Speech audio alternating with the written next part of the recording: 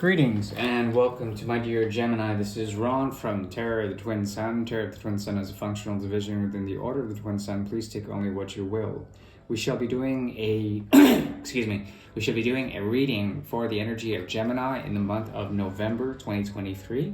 Please take only what you will. I do wish you well in terms of the auspicious quality of November to push you forward into dimensions of reality, of self-realization,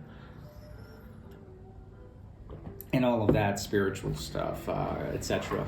Please take only what you will. So we are using a 9-card spread known as the Great Mirror. And the Great Mirror is a tool devised by the Order of the Twin Sun to see particular karmas that exist between Gemini and a particular other. This particular other can be a person, place, or a thing. It could even be a dog.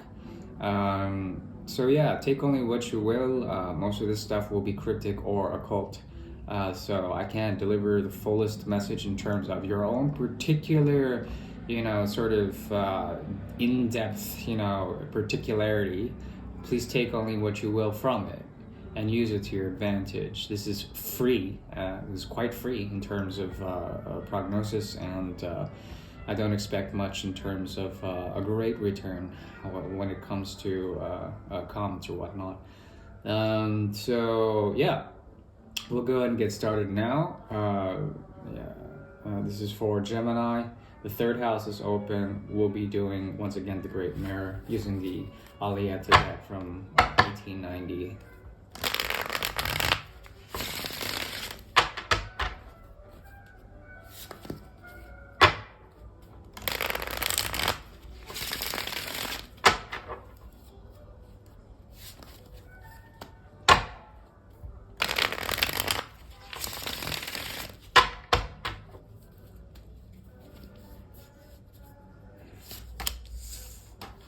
We have here Hamashon, the King of Swords in reverse.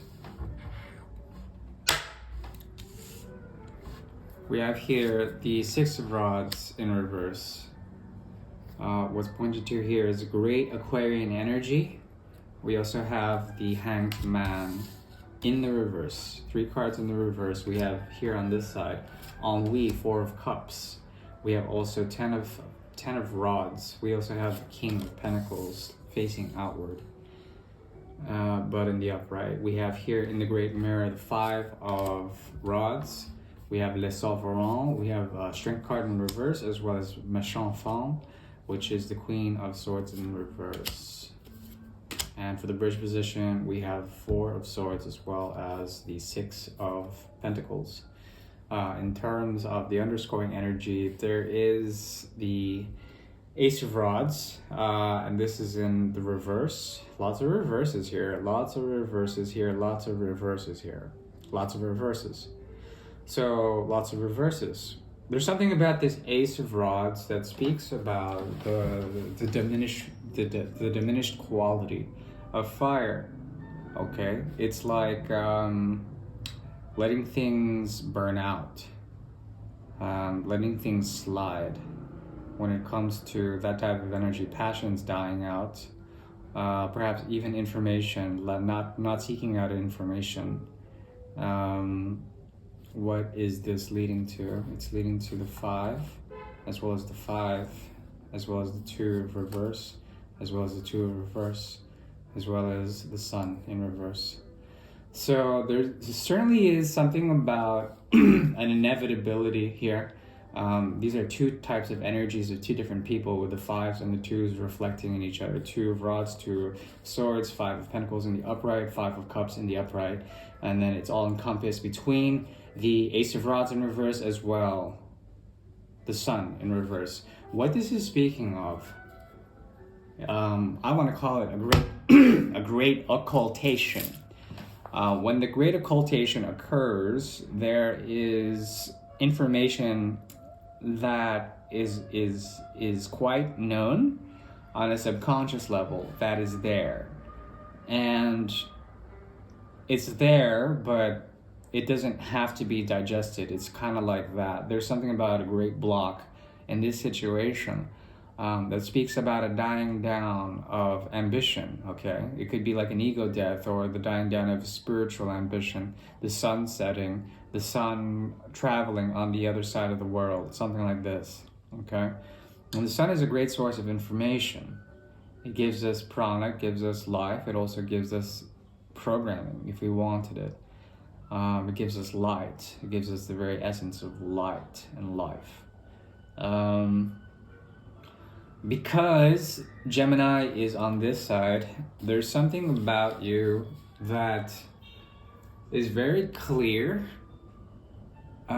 yet not focused. Very clear in terms of what defines your mind, but your mind is shifted out in a different direction. This person doesn't have your attention. And this is something of kind of a gift for them. They're using their time to exclude themselves and work on something else, a lot of themselves. This work that they do is a heavy burden for them, and that's how they want it. They want to have that burden. The difference between both of your desires is the five of the four of rods in reverse. The four of rods in the upright.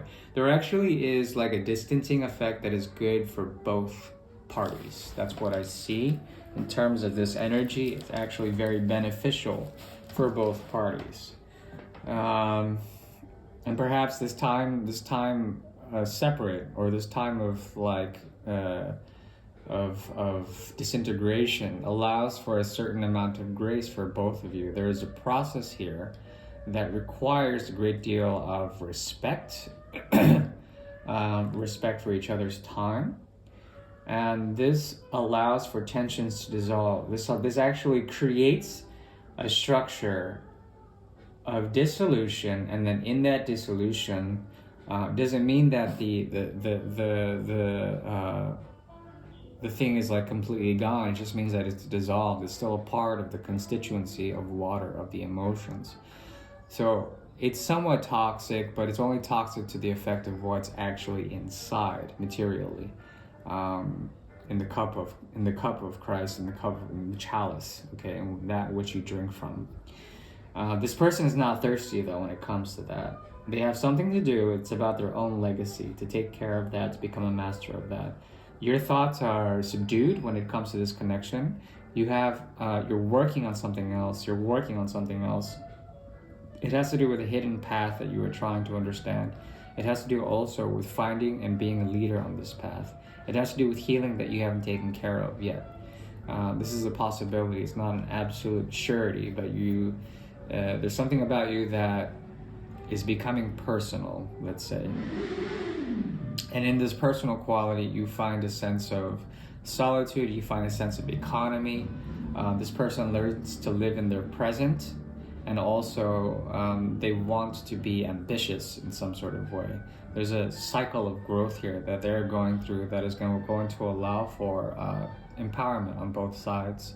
What emerges out of this is the Aquarian way. Aquarian way has to do with mutual respect that is garnered through separateness, that is garnered through distance, that is garnered through the future of promises, okay? Promises of some form of evolutionary scale.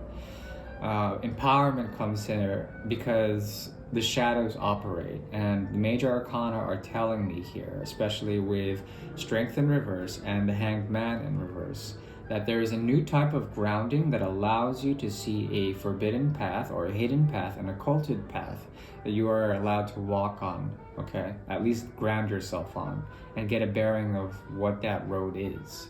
Even if you're not driving a car, you can still be on the road and you can observe the distance, the horizon.